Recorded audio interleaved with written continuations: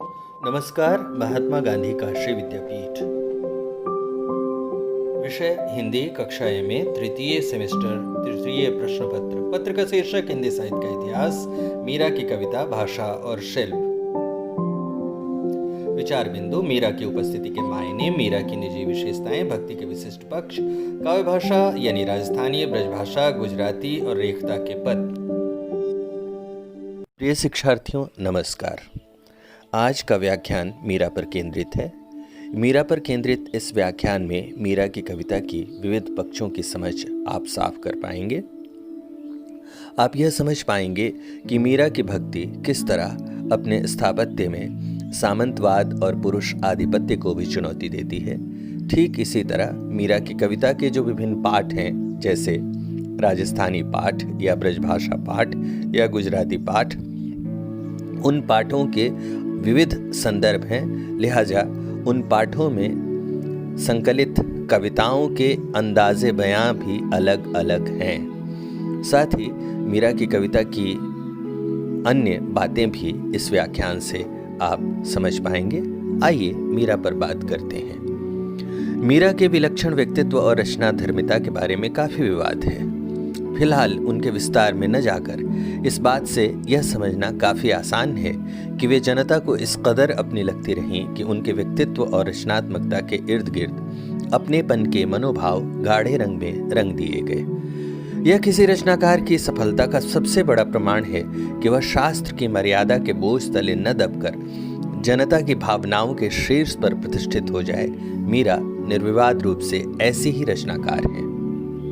मीरा की रचनाओं के राजस्थानी पाठ हैं, ब्रजभाषा पाठ हैं और गुजराती भी, यानी वे लोकप्रियता के उस शिखर को छूती हैं जो एक विशाल भूभाग की अमूल्य निधि है। अक्सर मीरा को निरीह भक्त के रूप में याद किया जाता है। वह उनके व्यक्तित्व का एक पक्ष है।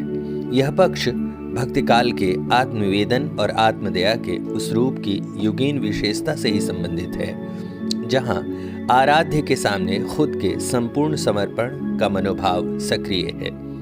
लेकिन मीरा की कविता का एक रंग वह भी है जहां वे प्रतिपक्ष पर आक्रमण करती हैं। वहां उनकी भाषा का मिजाज एकदम अलग है। नहीं भावे थारो देसलड़ो रंग रूड़ो, थारा देसा में राणा साध नहीं है लोग, बसे सब कूड़ो, गहना गाढ़ी राणा हम सब, त्याग्यां लाग्यों करारा चूड़ो, काजल टीका हम सब त्याग्यां, त्याग्यों है बांधन जूड़ो, मेवा मिश्री हम सब ही त्याग्यां छे, शक्कर बूरो, तन की आस कबो नहीं कीनी ज्यूं, इधर रण माही सूरो, मीरा के प्रभु गिरधर नागर, कर वर पायो मैं पूरो। यानी तुम्हारे देश के रंग ढंग अच्छे नहीं लगते ऐ राणा, तुम्हारे देश में साधु नहीं सब नाकारा यानी कूड़े लोग बसते हैं। हमने गहना चूड़ी सब छोड़ दिया, दिल पर करारी चोट खाई है, हमने काजल टीका सब छोड़ दिया, जूड़ा बांधना भी छोड़ दिया, मेवा मिश्री शक्कर का त्याग किया, हमने यह सब छोड़ दिया। शरीर की कभी परवाह नहीं की, जैसे मैदान जंग में बहादुर जिस्म की परवाह नहीं करता। मीरा के प्रभु गिरधर नागर, मैंने पूरा वर पा लिया। पंडित हजारी प्रसाद द्विवेदी ने कबीर के व्यक्तित्व के बारे में कहा था, सिर से पैर तक मस्त मौला, स्वभाव से फक्कड़, आदत से अक्खड़, भक्त के सामने निरीह, भेषधारी के आगे प्रचंड। कुछ कुछ ऐसा ही मिजाज मीरा का भी है। मीरा अपनी बात साफ तौर पर कहती हैं और जब हाले दिल बयां करती हैं तो दर्द के गहरे समंदर से अविचल चट्टान की तरह उनका वह व्यक्तित्व भी नजर आता है, जिसमें हर चुनौतियों का कड़ा मुकाबला करने की संकल्प शक्ति है। म्यासू हरिबिन रहो न जाए, सास लड़े मेरी ननद खिजावे राणा, रहिया रिसाए, पहरा भी राख्यो चौकी बिठारियो, ताला दियो जड़ाए, पूर्व जन्म की प्रीत पुरानी सो क्यों छोड़ी जाए, मीरा के प्रभु गिरधर नागर और न आवे म्यारी दाए। यानी मुझसे हरि बगैर रहा नहीं जाता, सास मेरी लड़ती है, ननद मेरी छेड़ती है, राणा गुस्सा करते हैं, चौकी पहरा रख और ताला लगवा दिया है, पहले जन्म की पुरानी प्रीत वह क्यों छोड़ी जाए, मीरा के प्रभु गिरधर नागर और मुझे कुछ नहीं आता। मीरा की भाषा के 3 रंग साफ तौर पर देखे जा सकते हैं। जहां वे भेषधारियों और सामंती दुष्चक्रों से मजबूत योद्धा की तरह मुकाबला करती हैं, वहां वे मारवाड़ी भाषा का प्रयोग करती हैं। जब राजस्थान से ब्रज आती हैं तब उनकी भाषा पर राजस्थानी का असर कम होता दिखता है और उन पर ब्रज भाषा की मधुरता, कोमलता और गीतात्मकता का जादू सर चढ़कर बोलता है। जीवन के अंतिम दिनों में वे द्वारिका चली गई थीं। वहां उनकी भाषा पर गुजराती का स्पष्ट प्रभाव दिखता है। दरअसल मीरा अपने युग की केवल श्रेष्ठ भक्त ही नहीं, अद्भुत लोक गायिका भी हैं। लोक गायिका मीरा संवाद की विलक्षण क्षमता से संपन्न है। जाहिर सी बात है, वे जिसे संबोधित करती हैं उसकी भाषा के रंग और तेवर को भी बखूबी पहचानती हैं। हाँ, इन 3 रूपों को देखते समय यह नहीं भूलना चाहिए कि उस युग की साहित्यिक भाषा ब्रज भाषा ही है। इसलिए चाहे वे राजस्थानी भाषा में अपनी बात कहें या फिर गुजराती में, सांचा ब्रज भाषा का ही है। मीरा की भाषा पर विचार करते समय इन 3 रंगों और उनकी विशेषताओं को समझना जरूरी है। आइए इसे अलग अलग तरह से समझने का प्रयास करें। सबसे पहले राजस्थानी या मारवाड़ी भाषा में मीरा की कविताएं। थे तो राणा जी म्याने इसड़ा लागो ज्यों बृच्छन में कैर। ऐतिहासिक विवरणों के अनुसार मीराबाई मारवाड़ के मेड़ता रियासत के राजा वीरम देव के छोटे भाई रतन सिंह की अकेली बेटी थीं। जन्म 1498 में, माता का निधन 1503 में हो गया। 1516 में उनका विवाह चित्तौड़ यानी मेवाड़ में स्थित चित्तौड़ के राणा सांगा के राजकुमार भोजराज से हो गया। 1521 से 23 में मीरा के पति भोजराज एक लड़ाई में जख्मी हो गए। बाद में उनका निधन भी हो गया। यहाँ मीरा के जीवन पर विस्तार से विचार करने से ज्यादा जरूरी है कि मीरा के काव्य पर बात करें। मीरा के पति, पिता और ससुर की मौत के बाद देवर राजा विक्रमजीत मेवाड़ की गद्दी पर बैठा। एक सामंती समाज में जहाँ स्त्री संबंधी मान्यताएं शरीर पर आकर खत्म हो जाती हों और जहाँ पृथ्वी माता नहीं बल्कि भोग्या हो, या अन्य शब्दों में वीर भोग्या वसुंधरा का आदर्श सक्रिय हो, वहाँ मीरा पर ढाए जुल्मों सितम बेहिसाब हैं। राणा सामंती समाज के प्रतीक थे। राणा और मीरा का रिश्ता कैसा था? विश्वनाथ त्रिपाठी कहते हैं, जो दुर्जन मीरा को घर में कैद रखना चाहते थे या बाहर निकलने पर निंदित करते थे, हंसी उड़ाते थे, कड़वा बोलते थे, उनके सिरमौर राणा थे। मीरा ने सामंती परिवेश को भक्ति और साधु संगति की आंधी से उड़ा दिया। जहां मीरा राणा और पारिवारिक परिवेश से संबंधित आत्मकथात्मक भावोद्गार प्रकट करती हैं, वहां भाषा राजस्थानी है। उन्हें अपनी प्रतिपक्ष की भाषा बखूबी मालूम है। मीरा की निर्भीकता और निडरता शायद 15वीं शताब्दी के भक्त कवियों में भारत में सर्वाधिक मुखर रूप में प्रकट है। तुलसी, कबीर जैसे शक्तिशाली कवियों के यहाँ भी व्यक्तिवाचक संज्ञाएं नहीं के बराबर मिलती हैं। वहाँ मीरा प्रतिपक्षी से उसी की ज़बान में कहती हैं, सिसोदिया राणा रूठ कर मेरा क्या कर लेगा। राणा रूठेगा तो अपना देश अपने पास रख लेगा, लेकिन हरि के रूठने से तो मैं कुम्हला जाऊंगी। सिसेद्यो रूठ्यों मारो काई कर लेसी। राणा जी रूठियाँ बारो देश रखासी, हरि रूठियाँ कुम्हलास्याँ हो माई। यहाँ साचा भले ब्रजभाषा को हो, लेकिन मिजाज राजस्थानी है। म्यारों, काई, लेसी, रूठिया, रखांसी जैसे शब्द ब्रजभाषा के मिजाज के नहीं हैं। मीरा जब पारिवारिक विपत्तियों, राणा के जुल्मों और मेवाड़ के मठाधीशों से मुखातिब होती हैं, तब उनकी मातृभाषा मारवाड़ी और ससुराल की भाषा मेवाड़ी ही भावों का वहन करती है। वहाँ ब्रजभाषा की कोमल कांत पदावली और कहाँ आक्रोश का यह राजस्थानी मिजाज। राणा जी थे ज्ञाने राखो म्यासु बैर, थे तो राणा जी म्याणे इसड़ा लागो ज्यों बृच्छन में कैर। यानी राणा, तुम मुझसे क्यों बैर रखते हो? तुम तो आदमियों में इतने गुणहीन लगते हो जैसे वृक्षों में कैर का वृक्ष। इस तरह के प्रयोग मीरा के यहाँ दिखाई पड़ते हैं। राणा के अत्याचारों के सामने मीरा का कृष्ण प्रेम और गहरा होता है। वे कहती हैं, पियाजी म्यारे नैना आगे रहियो जो, नैना आगे रहियो जो भूल मत जाज्यो जी। भव सागर में बही बात हूँ वेग म्यारी सुध लीज्यो जी। राणा जी भेज्या विस्का प्याला सो इमृत कर दीज्या, मीरा के प्रभु गिरधर नागर मिल बिछुड़न मत कीजियो जी, यानी पिया जी मेरी आंखों के सामने रहिएगा, आंखों के ही सामने रहिएगा और मुझे भूल मत जाइएगा। भव सागर में बही जाती हूँ, जल्दी मेरी खबर लीजिएगा। राणा जी ने जो जहर का प्याला भेजा है उसे अमृत कर दीजिएगा। मीरा के प्रभु गिरधर नागर हैं, मिल के बिछड़ मत जाइएगा। राणा को जब मीरा भक्तों का संहार करने वाली कहती हैं तब उनका अपूर्व साहस दिखता है। वे विधाता की सृष्टि और राणा के बारे में कहती है, मूरख जन सिंहासन राजा पंडित फिरता द्वारा, मीरा रे प्रभु गिरधर नागर राणा भगत संगधारा। सिंहासन पर मूर्ख बैठे हैं, विद्वान दर दर मारे फिरते हैं। फिर यह कहना नहीं भूलती कि राणा भक्तों का संहार करता है। कम भक्त कवियों ने यह बेधड़कतापूर्ण अभिव्यक्ति प्रकट की है। इस भाषा की भाव संपदा भंगिमा ब्रजभाषा की अपेक्षा राजधानी के ज्यादा करीब है। सर्वनाम के की जगह रे, जन की जगह जन, सिंहासन की जगह सिंहासण जैसे प्रयोग दिखाई पड़ते हैं। आइए ब्रजभाषा में रचित मीरा की कविताएं देखें।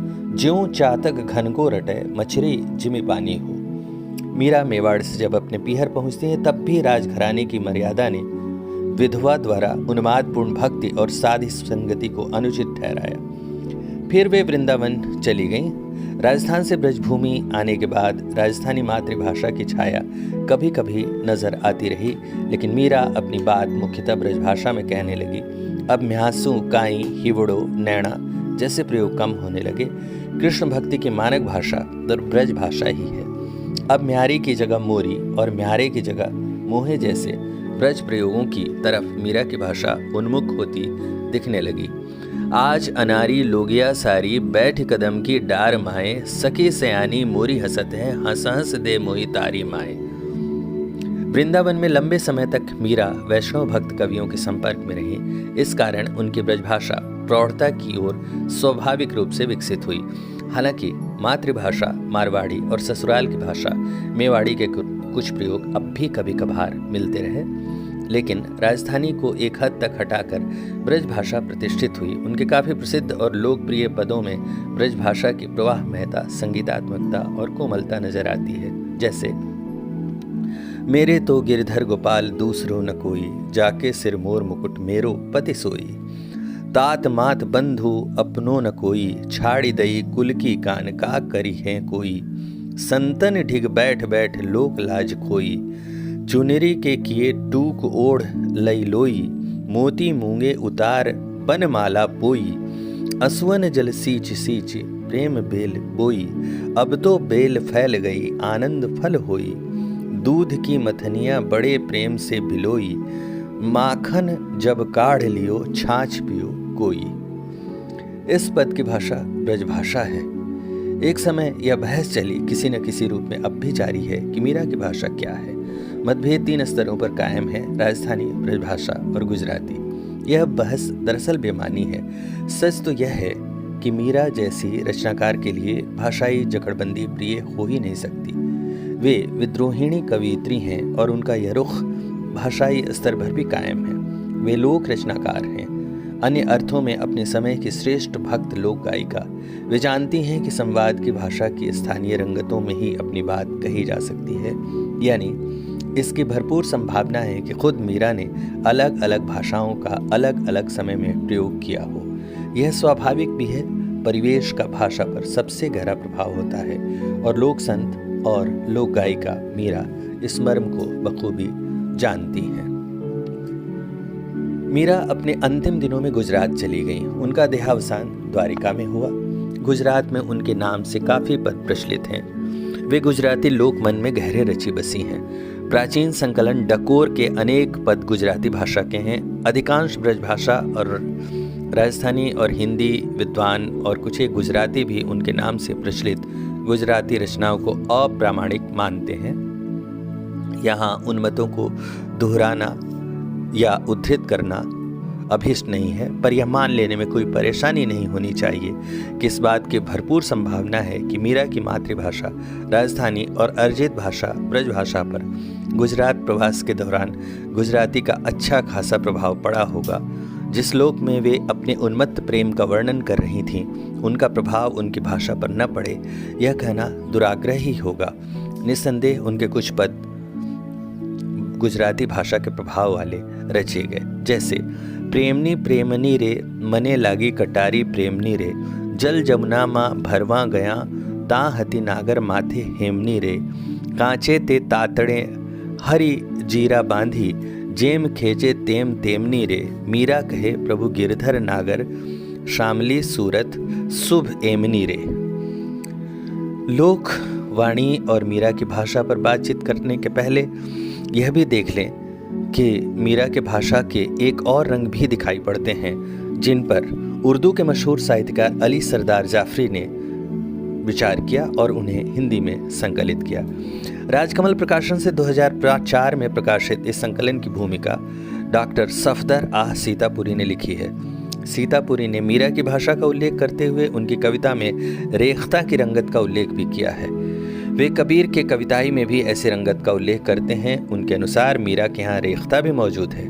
मीरा रचित एक बहुचर्चित पद से वे अपनी बात की पुष्टि करते हैं। इसका मुखड़ा है, रहना फकीरी फिर क्या दिलगिरी, सदा मगन में रहना जी। ध्यान देने की बात है कि यह भाषा का ऐसा प्रयोग है जो भक्ति काल में दुर्लभ है। हिंदी कविता में ऐसे उदाहरण तो बहुत बाद में दिखाई पड़ते हैं। उर्दू में इस भाषा की रंगत हिंदी से पहले गालिब और मीरा के यहाँ दिखती है, वह भी मीरा के बहुत बाद। खुसरो के बाद कबीर और मीरा ही ऐसी भाषा का प्रयोग करते हैं। यानी लोक से मीरा की भाषा जुड़ती हुई नजर आती है। मीरा की कविता और उनकी भाषा की कुछ अन्य विशेषताएं भी हैं। मीरा की काव्य भाषा अक्सर गद्यात्मक है, खंडित और आहत वाक्य गठन नहीं बल्कि सुगठित वाक्य। मसलन, बाला मैं बैरागढ़ हूँगी, करुणा सुनो श्याम मोरी, तुमरे कारण सब सुख छोड़िया, बरसे बदरिया सावन की, बादल देख डरी हो श्याम मैं बादल डरी आदि। उनकी काव्य भाषा की एक अन्य महत्वपूर्ण विशेषता है संवाद धर्मी तेवर। उनके अधिकांश पद कृष्ण, सखी, राणा, साधु को संबोधित हैं। काव्य भाषा और कविता की संवाद धर्मिता के कारण उनकी भाषा जन बोली के तेवर से संपन्न होती है। इस तरह हम पाते हैं कि मीरा की कविता अपनी बुनावट और बनावट में अभिधा की कविता की जादू की जो बात होती है उससे भी संपन्न है। मीरा के आत्मसंघर्ष और बाह्य संघर्ष और उनकी आम जन की भाषा, ये पक्ष ऐसे हैं जिन पर फिर विचार करने की आवश्यकता है। प्रिय शिक्षार्थियों, आपने इस व्याख्यान में यह बखूबी समझा कि मीरा की कविता के 3 पाठ किस रूप में उपलब्ध हैं, उन पाठों की भावना क्या है, साथ ही मीरा क्यों भक्ति काल में अकेले ढंग की कवयित्री नजर आती हैं। अनेक जो उनकी निजी विशेषताएं हैं उनके बारे में भी इस व्याख्यान में आपने समझ बनाई। आपने इस व्याख्यान से मीरा की कविता के अनेक पक्षों को समझा। धन्यवाद।